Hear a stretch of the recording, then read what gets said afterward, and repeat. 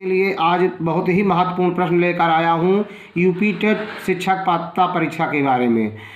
ये आज model unsolved paper है 2017 का, जो कि बार बार इसी तरह से प्रश्न पूछे जाते हैं। मित्र, आप एक दो बार अगर रिपीट कर लेते हैं तो आपके लिए यह वरदान साबित होगा।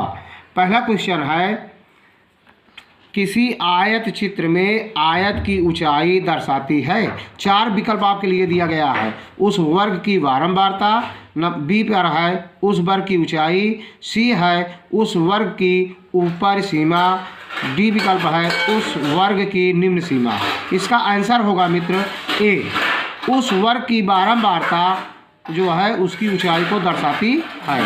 दूसरा क्वेश्चन है, एक रचनात्मक कक्षा में शिक्षकों को निम्न में से क्या नहीं करना चाहिए। 4 विकल्प दिए गए हैं मित्र। पहला विकल्प है विद्यार्थियों को प्रश्नों के हल ढूंढने के लिए अपनी नीतियां विकसित करने देना।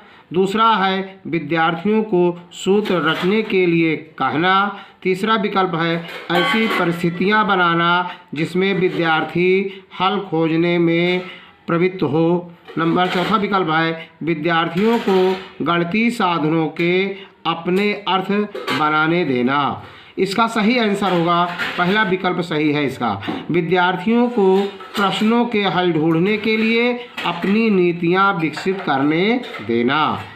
तीसरा क्वेश्चन है, 2 कोट पूरक कोणों का अंतर 40 है तो दोनों कोण ज्ञात कीजिए। मित्र, इस तरह के प्रश्नों को हल करने के लिए आपको गणित का फार्मूला याद करना होगा।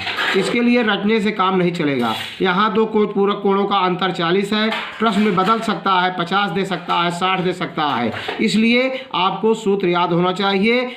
जिन 2 कोणों का योगफल 90 अंश होता है उसे कोट पूरक कोण कहते हैं। अब मान लीजिए पहला कोट पूरक कोण x है, दूसरा y है, दोनों जोड़ोगे तो x + y बराबर 90 अंश होगा। और फिर कह रहा है कि दोनों का अंतर x ऋण y बराबर 40, दोनों को हर कर लोगे तो 25 और 65 अंश आ जाएंगे। 25 और 65 जोड़ोगे तो 90 होगा और दोनों का अंतर करोगे तो 40 होगा। इसलिए इसका विकल्प सी सही है। 1,21,012 को 12 से भाग देने पर शेष फल है। मित्र, अब आप अध्यापक बनने जा रहे हैं, यह एक साधारण सा भाग है। अब इसके लिए हमें हल क्रिया देने की ज़रूरत नहीं है। आप स्वयं भाग करके अगर आप देखेंगे तो शेषफल 4 आएगा। इसलिए यह एक बहुत ही साधारण भाग प्रक्रिया है। क्वेश्चन नंबर 5वां है, किसी विद्यार्थी में निम्न में से क्या आंकना चाहिए। नंबर 1 है गणितीय संप्रेषण। दूसरा विकल्प है बिना समझे रचने की क्षमता। नंबर तीसरा विकल्प है शिक्षक को सुनने की क्षमता। चौथा विकल्प है अवधारणाएं न समझने पर भी प्रश्न न पूछने की प्रवृत्ति। मित्र, सबसे इसका सटीक आंसर है गणितीय संप्रेषण। यही से उसका सब कुछ मूल्यांकन होता है।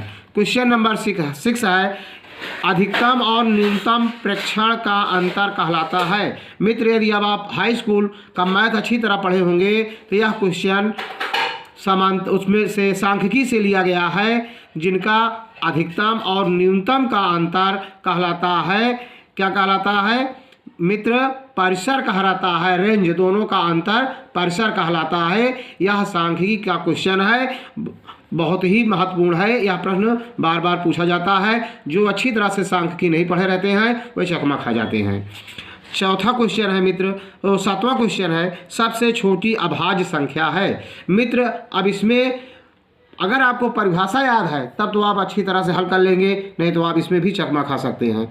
अभाज्य संख्या वह संख्या होती है जो संख्या स्वयं और 1 के अतिरिक्त किसी तीसरी संख्या से न कटे, वह अभाज्य संख्या होती है। तो सबसे छोटी अभाज्य संख्या मित्र 2 है। 1 को नहीं आप कह सकते हैं, विकल्प में नहीं है, लेकिन 1 नहीं होता है। 1 गणना के लिए होता है, वह प्राकृतिक संख्या कहलाती है। सबसे छोटी अभाज्य संख्या 2 है। इस तरह से आज आपके लिए मात्र 7 क्वेश्चन का हल लेकर मैं आया हूं। अगले टर्न पर इसी प्रकार के हर क्वेश्चन आपके लिए आते रहेंगे। आप हमारे चैनल में पहली बार आए हो तो लाइक करना, सब्सक्राइब करना मत भूलना और अपने मित्रों के साथ शेयर करना। मित्र, मैं आशा करता हूं कि आप लोग इसका लाभ जरूर उठाएंगे। जय हिंद, जय भारत।